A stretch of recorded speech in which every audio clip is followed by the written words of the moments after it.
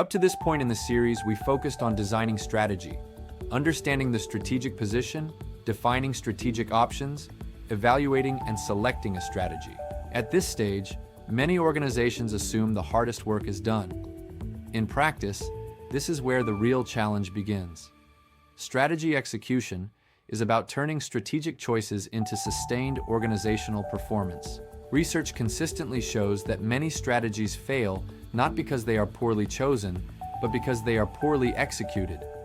Common failure patterns include organizations that are not designed for the strategy, priorities that shift under short-term pressure, loss of coherence across activities, and weak feedback and learning.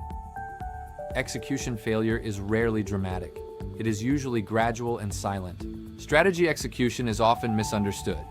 It is not project management, operational excellence alone, or a one-time rollout. From a strategy perspective, execution is a continuous process of aligning the organization with the strategy. It requires deliberate design, ongoing alignment, and continuous learning. The foundation of execution is organizational design. This is captured in the Target Operating Model, or TOM. The TOM describes how the organization is designed to operate in order to deliver its strategy. It translates strategic intent into structure, processes, governance, capabilities and people, systems, and performance management. Without a coherent operating model, strategy remains abstract. Design alone is not enough. Even a well-designed operating model will decay over time if priorities are not continuously reinforced. Alignment requires leadership that protects strategic choices, governance that enforces trade-offs, resource allocation that follows strategy, and incentives that support desired behavior. Execution fails when short-term pressures gradually override strategic intent. Strategy execution also requires learning.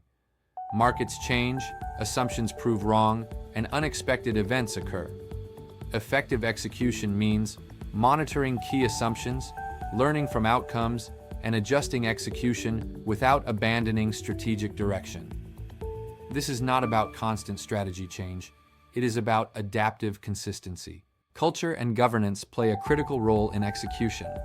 Culture can reinforce strategic priorities or quietly undermine them. Governance determines who makes decisions, how conflicts are resolved, and whether strategy survives pressure.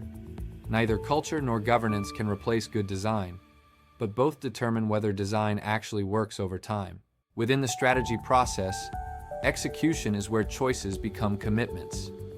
The key question shifts from, what strategy should we choose, to, how must the organization work to deliver this strategy consistently?